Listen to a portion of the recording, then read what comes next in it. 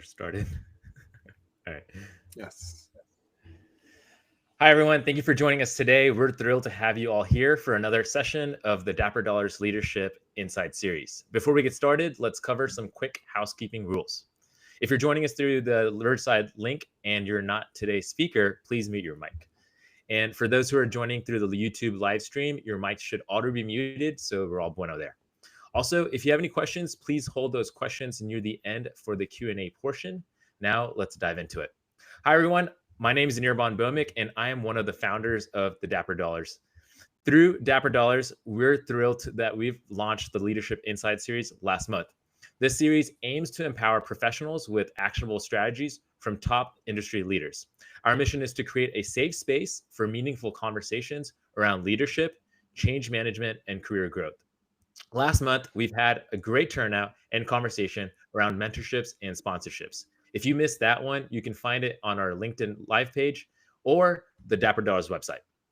So for today's conversation, we will be talking about how to lead through change and uncertainty in the workplace. And who knows, maybe you can apply these tips at home with your family or loved ones. I'm personally excited about this topic because I've experienced many changes in my professional and personal life, whether it was a layoff or jumping through multiple companies just because it was out of my control due to business acquisitions and sell-offs, key partners leaving the organization, or even moving across states during the pandemic. I've had to figure it out how to make things work for myself or even best for my family. From those experiences, I've learned that adapting quickly and staying resilient are essential qualities for any leader. From scaling teams to pivoting strategies, managing change has been a constant theme throughout my journey. I've seen it firsthand how the right mindset and approach can really turn any of those challenges into growth opportunities. So I can't wait to dive more into this topic today with our guest speaker. So before we get into our guest speaker, I want to hand it over to my Dapper Dollars partner and other half of Dapper Dollars, George. Hi, everyone. I am George Anakwe, co-founder of Dapper Dollars. So, as someone who has experienced significant career shifts, like this is me talking about uncertainties, moving across countries, across continents. I sort of understand the pressures that come with change. My career at Amazon Web Services has taught me that embracing change isn't about surviving. You just do not survive. It's about finding ways to thrive, thriving within the unknown, most importantly. So today I'm excited to delve into how we can not only manage, but lead through change. And I look forward to hearing Nisi's insights on this crucial topic. Thank you all for being here. Let's go ahead and get started. So I'm very thrilled to introduce today's guest, Nisi Duran. She is currently a principal of business operations at Intuit. Nisi brings a wealth of experience in business operations, strategy, and leadership. Previously, she's worked at YouTube as the head of strategy and operations for YouTube marketing in Latin America and Canada markets, and served as head of YouTube Mexico. Beyond her corporate roles, she hosts the One of a Kind podcast, where her origin story of the podcast has been featured on Bloomberg. Congrats, by the way. Oh, and did I mention that she also has her JD degree from Columbia Law School? I mean, what? So Sylvia's dynamic career and commitment to personal development make her the perfect fit for today's conversation. So let's all welcome Nisi. Thank you. And I'm very annoying because I have so many names. My I name is did catch Sylvia, but I myself where I was prefer like, Sylvia, Nisi. Nisi. It's not your fault. At work, people call me 5 different names and I like them all. So it's perfect. I got to know the other 3 now. SD, Silver, Sil. Okay, there so we many, go. so many. Yeah. I would love So, to know hey, how's it going? I was going to ask, Sorry. what does your family call My you? family calls me Nisi. And so that's why Nisi. it's my number one favorite. But Okay. it's very confusing to people. So yeah. Nice. Okay. And I guess like since we're on a personal basis and we're all family here, so let's all call you Nisi then. I love it. Do it. So, hey, how's everything going? Everything's going really well. Let's see. I've been telling everyone it's spooky season, so we're gearing up for both Halloween, but my family's from Mexico, so we celebrate Dia de Muertos. So I've Yeah. started to set up our altar, and I'm going to host a couple of families for a Dia de Muertos celebration where we'll play Loteria, watch Coco, and Nice. do face painting love as well. Coco. So how are you all doing? We're good. Yeah. We're this year has been kind of a whirlwind of change in our within our podcast. Just because last year we were recording a lot of episodes that's been helping us to get our name out there. And then through help of George, we've been kind of doing some partnerships with other companies and doing like workshops. So it's been a great change and pivot, but also now we're able to do something like this where we can continue like focusing on areas where a lot of people want to change their career or grow in their career. And that's where like George and I, we're coming from corporate backgrounds, and it's been cool to reflect back on that and also connect with leaders like yourself. Yeah, I agree, and I think it Love speaks that. to why this topic is so like the relevance, because we're going towards the end of the year. A lot of people will start the new year resolution with, "Hey, I want a new job. I want to do something different." So again, starting to build that mindset of changing is, I just felt it was really cool. So again, thank you so much for being here. I know you are our repeat guest. It just shows we love to speak to you. So thank you so much for being part of this, Nisi. Super glad to be here. And actually, as you said that, I remembered and recalled that in the last probably 3-ish months, I've gotten a lot of outreach, like extra from people I didn't know, and some people that I do know from my career looking to make a career pivot. For whatever reason, right now, I don't know to your point if it's the time of year or the way the Mm, economy is going, a lot of people are looking to yeah. move next year into new roles. Yeah. And I'm glad you brought that up because for people who are be watching this, I want to make sure that this podcast, like through Dapper Dollars, it's been such a great way to connect with great people like yourself. And really, that's how we connected, because we were seeking out for guest speakers, and our topic for our episode was how do you build resilience and in an unsteady economy, and especially talking about your story. So let's kind of get into it right away. Sure. So let's talk about, what was that time that you faced that significant change in your professional life, and then how did you navigate through that complexity, and then we can kind of navigate that conversation more in like in a Yeah. team setting as well. Yeah, that sounds great. It's really funny because my sister in law, Frances, says she doesn't know anyone who has gotten so many positive things out of losing their job. She thinks it's hilarious because, as you mentioned, I was featured in Bloomberg, a Business Insider article. Yeah. I also got interviewed by the BBC London Hmm. NewsHour, and then Bloomberg's podcast as well. So, a lot of really cool opportunities. And in the Bloomberg piece, they called me a layoff influencer, which I don't know how I feel about that, but that's what it is. But the reason I bring these things up is I shared my story, which previously I probably wouldn't have. And I've gotten such positive reinforcement. And so I tell people this because I think if you're ever hesitant to be vulnerable and talk about things that are challenging, you'll probably get a really wonderful response because we all have those same feelings and challenges, right? So for me specifically, I was at Google/YouTube for almost 9 years. And then I was Hmm. part of the massive layoffs that happened in January 2023. So I was 1 week shy of hitting my 9 year mark and had a really bad experience where I woke up on a Friday and got notified that my role had been eliminated. And it was crushing to me. I've talked about it a couple of times. Because I had so much of my identity intertwined with the company. And I had a lot of insecurities that I hadn't addressed Hmm. beforehand. And once this company told me, hey, we no longer want you, we're breaking up with you, all Hmm. of these feelings kind of burst out of me Hmm. that I then spent the next year through therapy, friends and family, going to the gym a lot, journaling, starting the podcast, finding ways to process why it hit me so hard. Because interestingly, it wasn't a financial hit, right? Hmm. And that was Yeah. something that I've also mentioned. I feel very fortunate and lucky that I didn't have that on top of Hmm. the emotional side of it.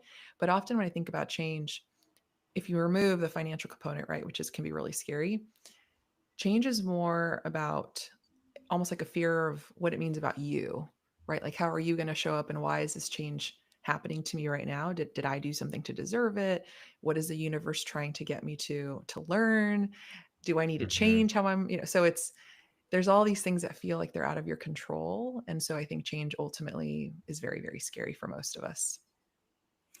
I like that, and thank you so much for again just recalling that initial conversation we had with you, just the level of vulnerability you were willing to allow and really talk about your story. So My next question is around like resilience and adaptability. But before that, I think you need to trademark YouTube.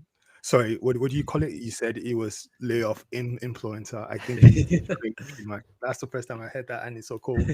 But I think again, just that conversation, it spoke to just the level or how you're willing to actually make that pivot, not only within your life, but again, how it impacted you, and take that negative and turn it into a positive. I really want to now focus on, so from your experience, from a leadership angle, how can leaders actually cultivate resilience? So not only within themselves, because I think you did an awesome job, like in kind of building that part of you, but also across teams, because now, with so much evolution going around, like, corporate ideas and changes and goals, a lot of companies are facing uncertain times. So how do you actually cultivate something like that Mhm. within your team? I know you asked about the team, but I want to start with kind of yourself and then go broader with the Yeah. team. I actually had a conversation about this recently with a friend, and he really emphasized that for himself, he's always putting himself in situations that are going to make him uncomfortable, like, on purpose, whether it's professionally or personally. So, right now, he's training for a half marathon at the same time that he's working full time and also going full time back to school to get his MBA. Wow. And so, he's been very purposeful to say change is a constant in our life. So, don't get too comfortable. Mhm. Purposefully, like, be intentional about putting yourself in these environments where you're going to feel stretched or that you're going to have growth opportunities. Because if you don't practice those feelings and practice that, you're never going to have this resiliency, right? So that was Mhm. interesting for me to hear, right? Because sometimes, and I'm a mom, and when I think about my kids, I don't want them to suffer. I don't want them to have bad feelings. But it is really important as humans that we practice being uncomfortable, because we will, like, eventually be very uncomfortable, not by choice. So I thought that was interesting, right? Mhm. So, like, choose to be uncomfortable, give yourself that practice at the individual level. And then when I think about the team, so I was trying to reflect on a specific example where that happened to a team I was leading. So this was back in my YouTube days, when I was working in our, like, global support infrastructure team, and I was managing folks that have had a program management background. We were like the strategy team within support, trying to think about forward looking opportunities of how we could create a better user experience. And Mhm. then COVID happened. And Mhm. Oh, overnight, all priorities changed for the company.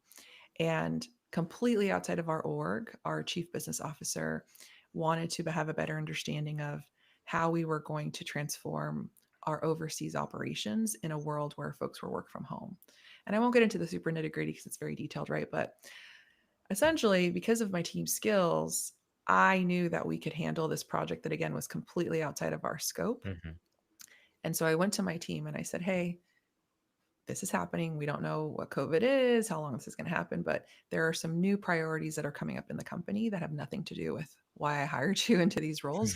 But I think we would be awesome at taking this on. And it's probably better for us to raise our hand instead of, hiding, and then eventually someone probably tapping us, right? Make it on your own terms. Some people were super excited to say, yes, whatever the company needs.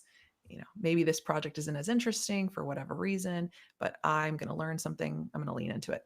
And other people did not like it at all. And as a manager, Mhm. that's what you need to expect, right? Especially as your team gets Mhm. larger. One of yeah.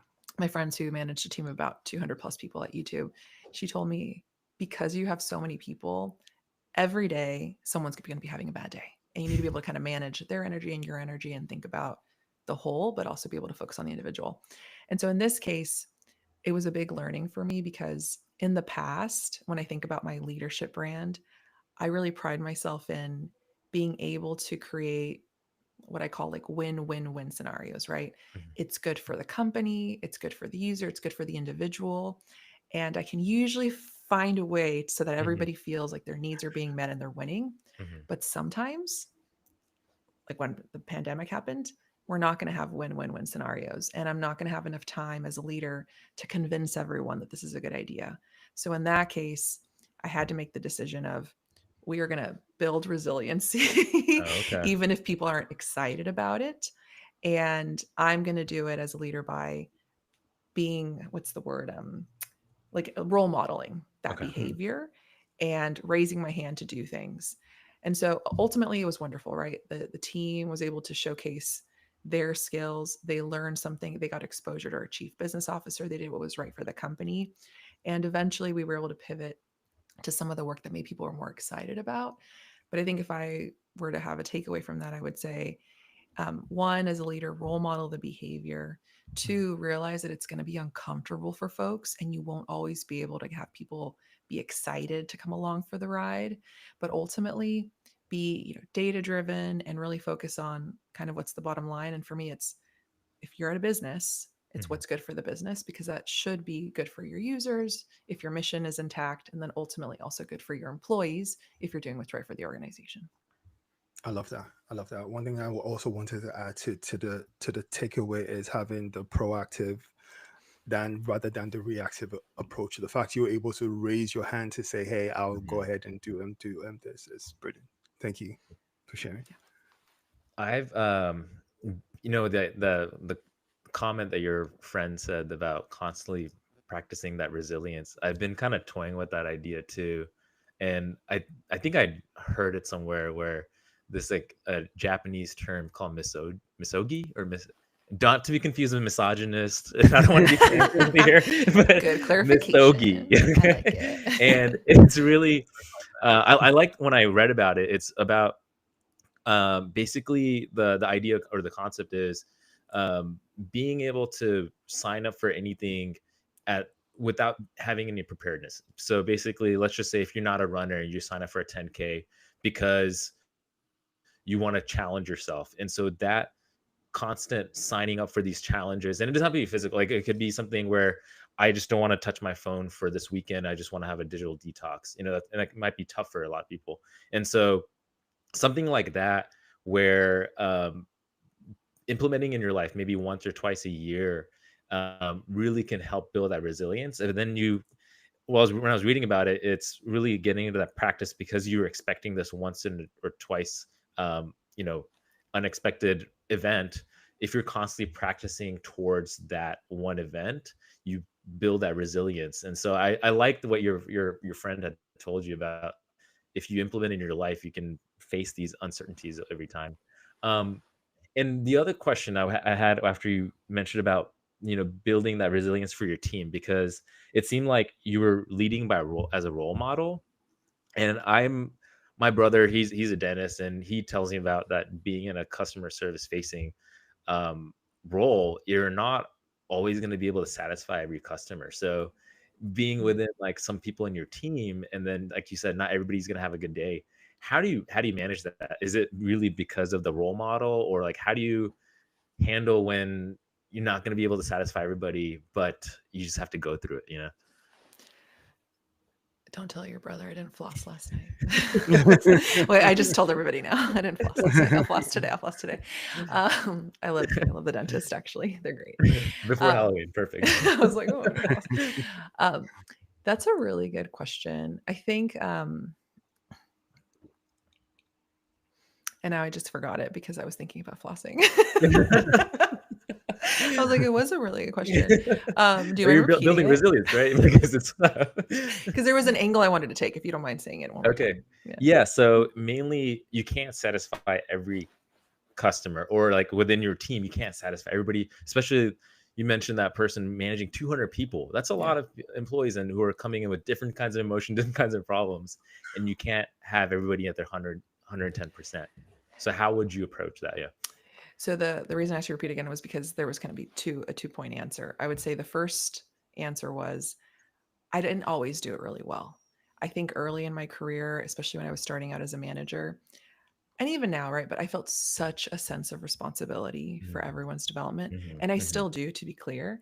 mhm. But when you're just starting out, it can be overwhelming, right? When you really care about the folks on your team, especially if you hired them and you understand their life stories.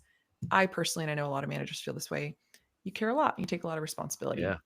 And so often I would find that if someone was having a bad day, I would try to, and by bad day, I don't mean they were being moody or anything like they were dealing with some sort of problem at work that was either overwhelming or an obstacle.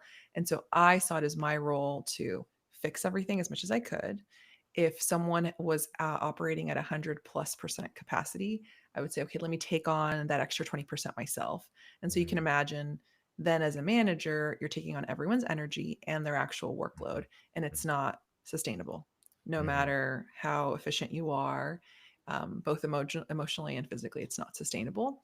So I learned, right? So I think that is a common trap that I think a lot of managers initially, Mhm. and I'll speak for myself, I did as well, get into. Now, what I've learned is my job as a manager, as a leader, is to try to equip people with the right information at the right time and with the right support, right? And so, do they have all the information they need? If not, how can I create, cascade channels or just like a systematic way to make sure that they're getting the information they need so that they can be empowered to do things?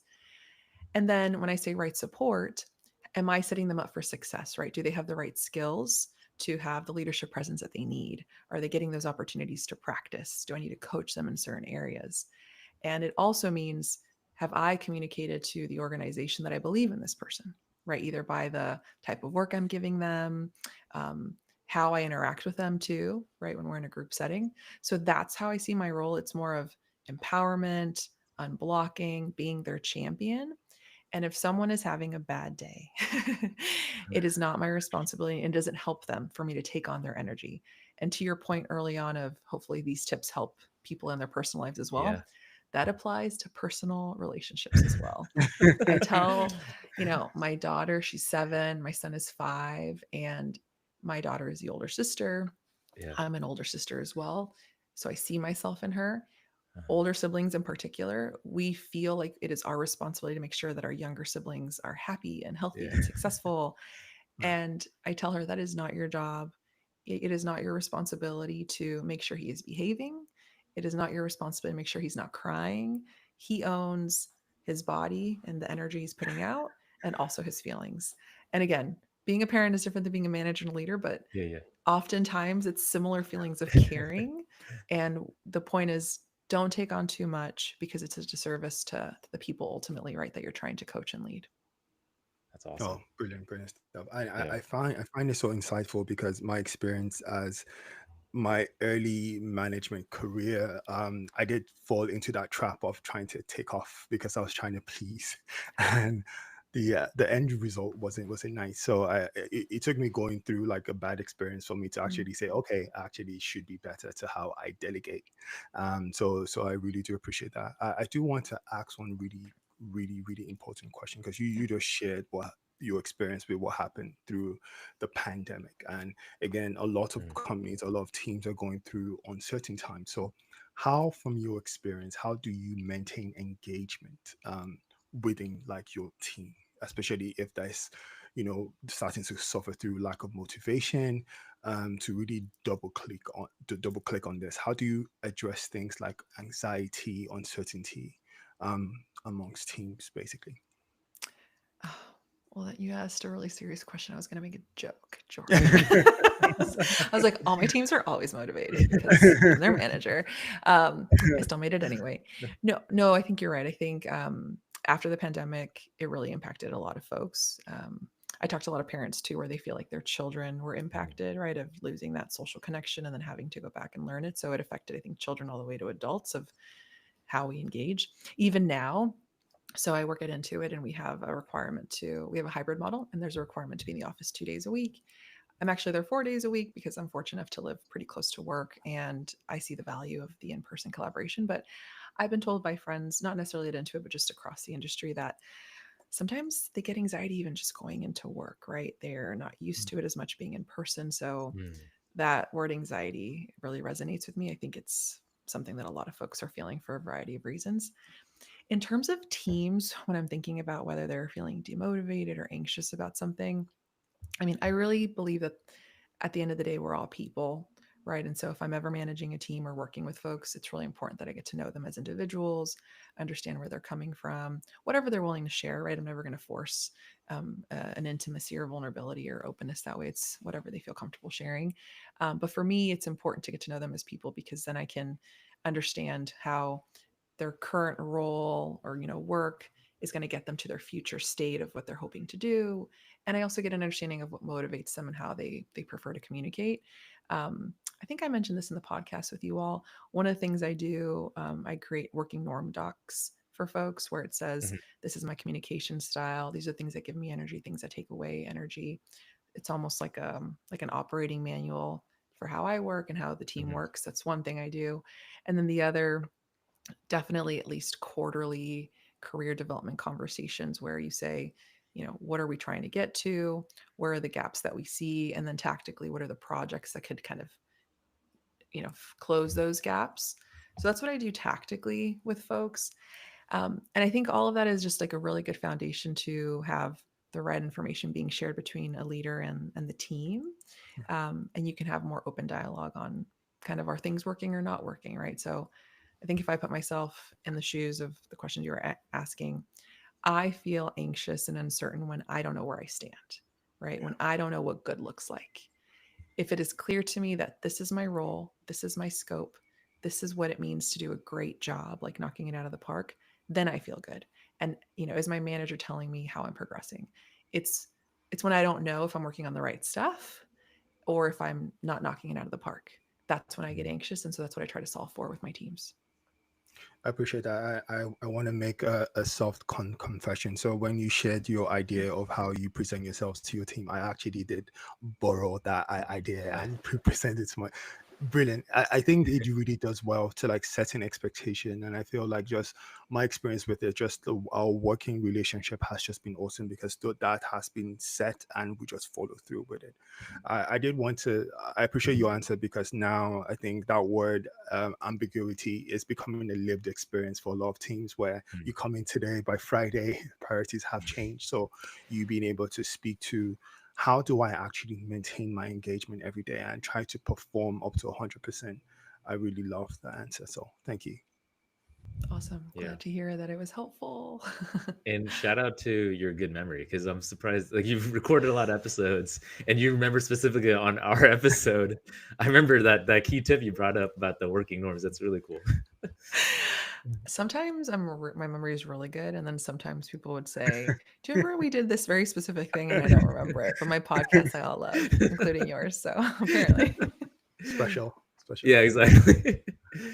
Hey, so I know we talked about a lot about maintaining or managing uncertainty, but also kind of motivating people to take on those managerial positions because they might be afraid of what these uncertainties come with. But I feel like there's also pros behind this, right? You were talking about how these uncertainties have brought in a lot of resilience, but also these learning opportunities. So how have you grown as a leader? How have you seen those mistakes you've made, you've learned from them now as a leader that you've applied from those learning lessons, and like how have you grown as a leader and in what ways, and like how have you applied it to your own life? I want to start by just saying that currently, for the last year that I've been at Intuit, it'll be a year in January.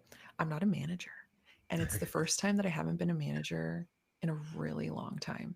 And the reason I bring that up is because I do think there are a lot of positives in, and you don't have to be a manager to be a leader, to be clear, but Sure. oftentimes you are, right? Because you have a team that you're leading. And so it's very clear that you're a leader in that sense.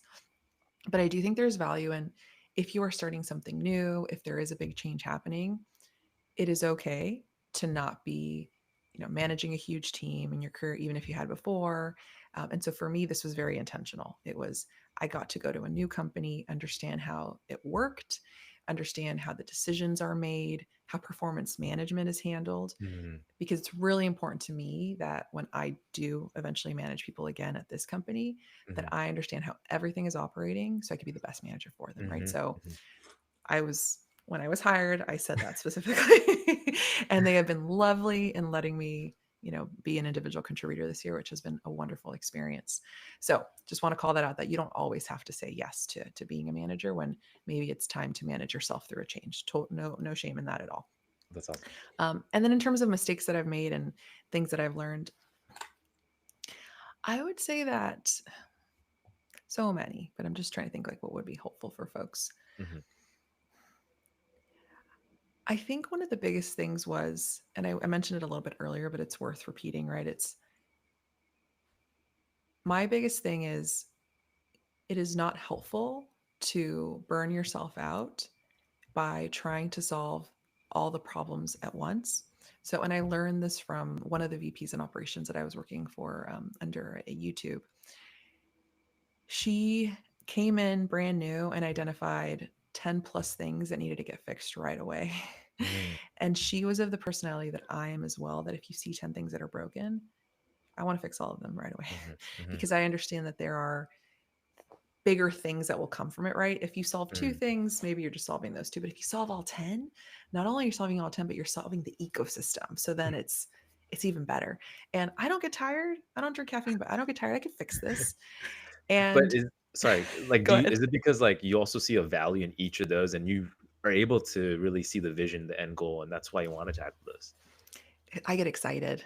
I'm Yeah, a yeah, problem yeah. solver. I I think completely probably all understand, three yeah, of us are, right? yeah, Yeah, You're like, oh, I know how to do this. I can make yeah, it work. yeah. And I have the energy for it, the vision for it. I can just push it through and make it happen. And what I learned was that when I started managing a team, you can't have that same attitude. You Mhm, can't, people have different working styles, yeah. different responsibilities outside of work. They're in a different place in their life as well. And at the mhm. beginning, I could push people. And because I also am lighthearted and I care about them as people, for a while, they will push to my level of energy and Yeah, excitement. But I remember vividly having this conversation with this woman that was reporting into me, who's now become a friend, where she told me the last 6 months, she's like, I did get promoted under you, so thank you. mhm, She's like, but I can't do this again.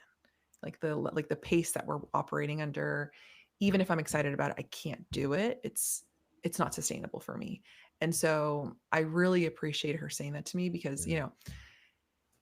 she knew that I wouldn't think that she was a bad employee by saying something like that, that I wouldn't, quote, punish her in any Yeah, way and take her off cool things. She was communicating to me that even though you are a quote unquote inspirational leader and get us excited, the way that you're operating us right now, people are going to burn out and they're eventually going to leave. So that's the biggest lesson I learned, that it's really important that people are able to stick around for the long run when you're in a company like this. I had come from a consulting background in McKinsey where you have these short sprints, right? yeah. Sprints. And if I had a really bad case, I could take 2 weeks off, right? And just not get on a new case with a new team.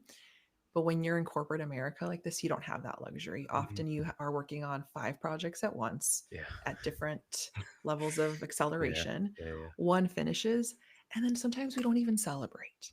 And that's the other thing I would say, celebrate it. Because even though you have 4 more projects to do, celebrate that you did one, so that people stay motivated as well. I I appreciate really that. like that. I Yeah. do, I do. I was just going to add, the fact that so Aneba and I, we went through the AT&T FLDDP program, and we see so you literally have 12 months for every rotation to go Mhm, and kill it and perform, mhm. and so that mindset is really good to just celebrate the wins. I think, I learned mine the hard way, so I Mhm. really do appreciate that.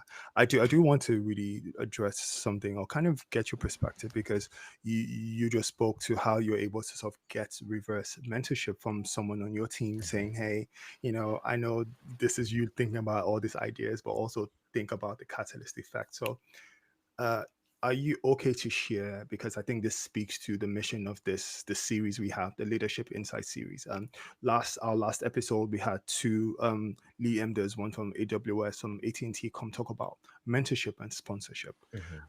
What role has mentorship played for you in your career? I mean, from getting your JD to, McKinsey, and here now at Intuit. How important has mentorship been for you? It's been huge. And um, I think something that I'll share is I sometimes when people meet me, they think I'm really quote unquote nice, which we can debate if that's a compliment or not, right? We can talk about that if we want to. But sometimes I tend to be soft spoken. It doesn't mean that I don't, raise my hand and speak up in meetings, but I have this calm demeanor. I'm petite, I'm Latina. So when you look at me as a whole, I could be someone that could be easily overlooked. At least that's how I Mm. perceive myself, right? I don't have this huge personality. I'm not, very, very loud in these settings. And the reason I bring that up is I don't think I have the traditional leadership that usually would maybe succeed in corporate America. Mhm. But I've been so fortunate that at every single company I've been at and in every organization, I've had people that believed in me and have encouraged me to take on opportunities when I felt too insecure to do them and that have had my back. So the first time that I was chief of staff at YouTube, the VP, his name is Sebastian Misoff. I love him. He's an amazing leader. He's now head of Google France, and he's a wonderful human and a very inspirational leader. I remember being at my desk, and he comes over and he says, "Are you going to apply for that job that I posted?" And I was like, I don't think I'm the right fit, but I'll think about it." He was like, "Okay, okay, just think about it. The deadline is, this day." I was like, "Okay." And I wasn't going to apply because I'd been at YouTube also for 8 months and I just felt insecure about, my skills. Um, And he came back again and told me again, he was like, "Hey, I noticed the recruiter told me you yeah. haven't applied to that job yet." You're gonna answer, He's like, "I think it'd be a really good idea if you applied." I was like, "Okay." So then I applied and he made me go through the whole process as he should, right? He should. He treated me like True, everybody true. else. It was a really Yeah. hard process. I had to do these artifacts of how I would handle like analysis and all these things. And then I got the job, right? And Nice. there were things about my leadership style that I needed coaching for, right? Sometimes I was too timid to ask his direct Mhm, reports who were all, senior directors mhm, to push them on certain things and I learned and I grew, but he saw things in me that he thought would be really helpful. mhm, And then the other person I call out is another mentor, Lindsay Lyle. So she was one of my managers that hired me into Google. And then I worked under her again at YouTube. mhm. And same thing, right? She coached me and believed in me when I didn't believe in myself. So I would just say that it is really, really powerful. I think as leaders, it's our responsibility to understand that there's so many different leadership styles that bring different things to the table and don't overlook the person that maybe is overlooking themselves. Yeah, It's a beautiful thing, right? To pump somebody else up. And so it's been huge for me and I always try to give it back as well. So awesome, awesome. Thank you for sharing that. Nice. Hey, so let's talk about a little bit about your teams that you've managed, and I know you've told me about um, that one private conversation you had, and then like, hey, they've been pushed to their limits. So how do you usually keep your teams engaged and motivated? There's that stint, right, where you yeah. had that that I don't know if I would call it a hiccup because you were still able to fulfill that end goal. It's just like, hey, it's not for me. But then there was other people also, I'm sure, that they're still motivated and engaged and they want to be working with you and let's get to the finish line. How do you do that? How do you keep others engaged and how do you do what you do? How do you stay awesome and how do you motivate others to uh, keep moving along? Because sometimes these projects can get long and they gets very tiring for people, and so they might kind of get tired of that personality of Yeah. or even just that leadership style. So how do you do it? I think the biggest thing, well, so two parts. One, different things motivate different people. It's all Mhm. about understanding what motivates that individual and finding a way to get them to motivate themselves as well, right? So, really investing in those individual relationships, I think, is number one. Hard to do, takes a lot of time, but it's the primary thing. The bigger picture, though, is I have always found that as humans, we want to understand where we fit into the grand scheme of things. Mhm. Mhm. Personally, professionally, everything, right? Like, where do we stand is kind of Mhm. what we want to know. And so for me, I really prioritize on understanding what is the vision of the company? How does our org fit into that vision? Like, how are we contributing to it? So that then I can say, okay, how is my team contributing to it? And then how is each individual? So I try to help people connect the dots Mm. on why today what I'm working on matters. What is it going to move the needle on? So I'll give you an example of something I'm currently working on right now. Um, when we think about onboarding new folks into our organization, there's an inconsistent process right now, right? So if someone starts under manager A versus B and C, they will have vastly different first 90 days, right? Mhm, And it's just in the nature of having kind of a new organization right now. So mhm, we decided to have a project where we're building materials, not from scratch, right? We're pulling them from other places, mhm. but just having them in one place. And it's going to be a consistent experience for new hires going forward. We're going to test it from now through the end of the year and then continue to iterate. This is simple stuff, right? But often it doesn't get prioritized because there's other Right, things that are on fire, for sure. right? And so there was a team of folks working on this project with me that had a lot of other deliverables too. But the reason that they stayed motivated on this project is because they understood that if we get this right, when we bring on new people, they're going to be awesome at their job and it's going to help us accelerate Mhm, everything that we're working on. mhm. So that's always, I think, the biggest takeaway for me is just make sure you understand whatever you're working on right now, how it's connecting to the bigger picture, but you need to believe in the bigger picture. So Yeah. work for places that you're motivated by the bigger picture so that your individual contributions are exciting. Awesome, You know, awesome. I thought you were gonna say, because I've noticed you're good at connecting with people, and I thought you were gonna go in like an individual basis. I think you're gonna go more into about how do you motivate people, how do you connect with somebody, and I feel like that is the important. But I love the bigger picture outlook because that's something that a lot of people can apply because they understand. Like a lot of people get the company news, they understand how their organization fits into that. That George and I call it the, well, how does your puzzle piece fit in the bigger picture, and what is Definitely. your puzzle piece? How does that function? How does it add value? And that's so great. I love that advice. I agree. I agree. I know we're coming to the end of this conversation, but I didn't want to just end without at least throwing in some really nice fun question, because I think by the time people have, like, they've probably understood you are fun to talk to. And so we've established layoff in influencer, super mom, Oh, just the plethora of experiences you've had. But I did want to ask one really important thing, because so we know you have your podcast. What fun fact about yourself, just seeing how the fun you're having at Intuit now, what fun fact about yourselves do your colleagues probably do not know about you Mm. that you want to share oh. with us? And what's funny is everybody knows about my podcast now at work Okay. because Nice. this is my background and this Yeah. is my Yeah. microphone. So it's really funny. And people are so supportive. My manager is so supportive, and all of my coworkers are great. A fun fact that people don't know about me: I like to write poems. And I was Mm. going to say mediocre poems, but I'm trying to talk about myself in a more loving way.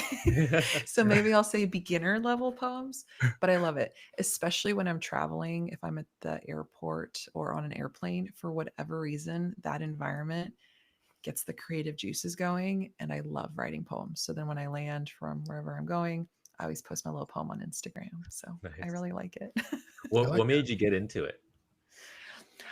I've always loved the written word and Okay. storytelling. Yeah. And actually, so I was about to take credit, but let me pivot.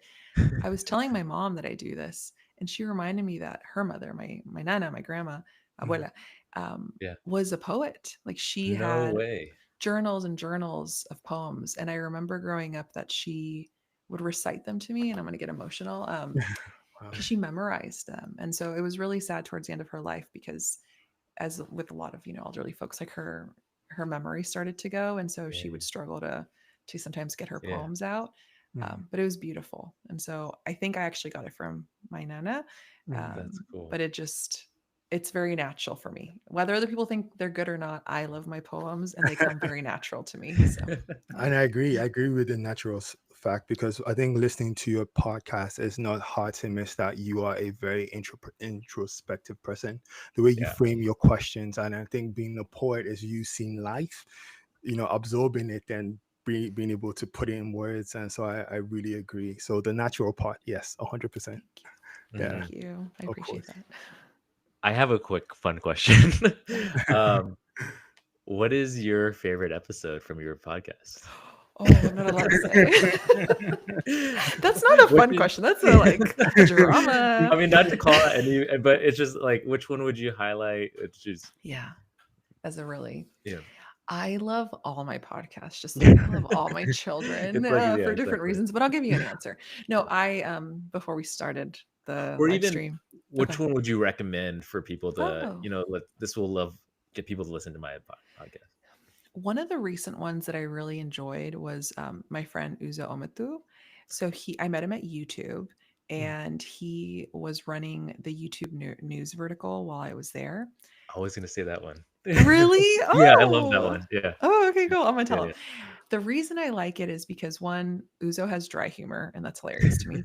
He also says whatever is on his mind, so he keeps it real.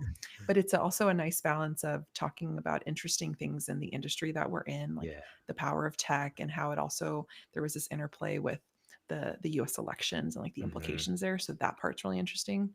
And then we talk about the importance of having a North Star. And Mhm. Uzo left Google around the time of the pandemic to do his startup. Yeah. And I find that to be so brave Mm. and amazing. He's also a father of three, lives in New York City. So I just, I try to be brave in my life, but I'm constantly impressed by these Yeah. people in my life that are so brave about going after their dreams. And I believe in that the world belongs to the dreamers. So yeah, that's one I recommend. I I thought it was cool that he said he wants to be like the Rupert Murdoch of like Yeah. Black communities. I thought like Yes. that is an epic Yeah. vision, and that's cool to think of that way. That was, yeah, It gets you inspired, doesn't it? yeah, I Like, know, oh, I know. I really like that one too. yeah, I love Yeah. Uzo. I'm gonna tell him. Yeah. He's gonna love it. You love that. Yeah. Nice. All right, so yeah, let's close it off. This was a really fun conversation. Nisi, thank you so much again for hopping on with another episode or session with Dapper Dollars. We really enjoy having these conversations and also learning so many great things and being able to share this with listeners because it's you come with a wealth of knowledge, and I feel like it's something that only people who you interact with and that are able to learn, but these kind of channels kind of expand that and perpetuate that knowledge sharing power. So that's why we love having these kind of conversations with impressive people like you. So Yeah. again, so thank you again for being a part of this and being our guest. And so for everyone uh, who want to get a quick recap of how the conversation had gone about, I just wanted to quickly tackle about just the little learning lessons that we've really captured from this.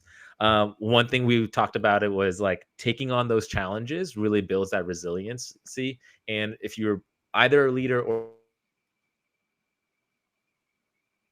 habit or practice to constantly challenge yourself, so whenever you have these kind of challenging moments, you're able to take it on without that anxiety or without that uncertainty, or there is that might be uncertainty, but you have more confidence on how to approach it.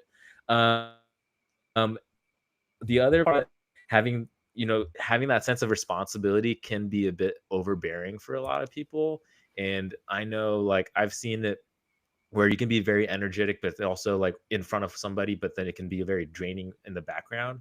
And so I really like that how you shared that not everything has to be addressed, not everything is going to be handled. You can't satisfy everybody, but at the same time, doing the work in the background, like equipping your people with the right tools, the insights, the support, and like how do you build that so that way it doesn't drain as much near the end of the project or over time.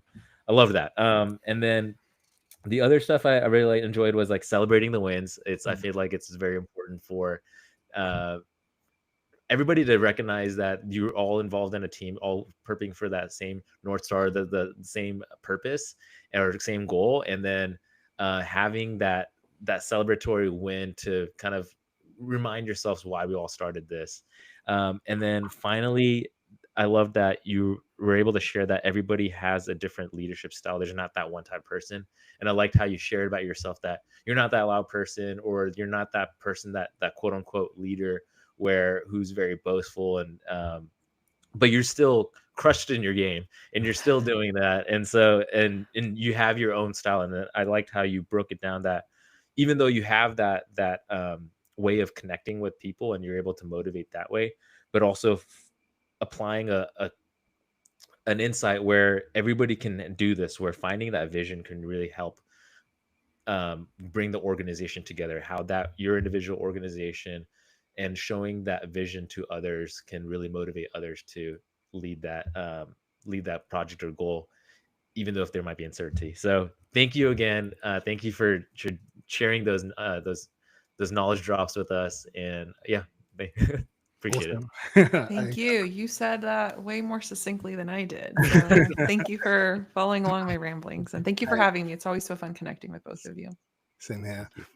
I think the biggest takeaway is the word I learned today, layer of influencer, that I will never forget ever.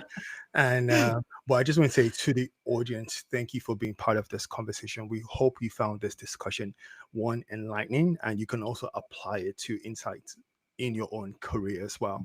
So don't forget to follow us, Dapper Dollars, on LinkedIn. Visit our website for more resources. So stay connected, keep learning, and continue to elevate your career. Thank you all. Thank you. Bye, y'all. Bye.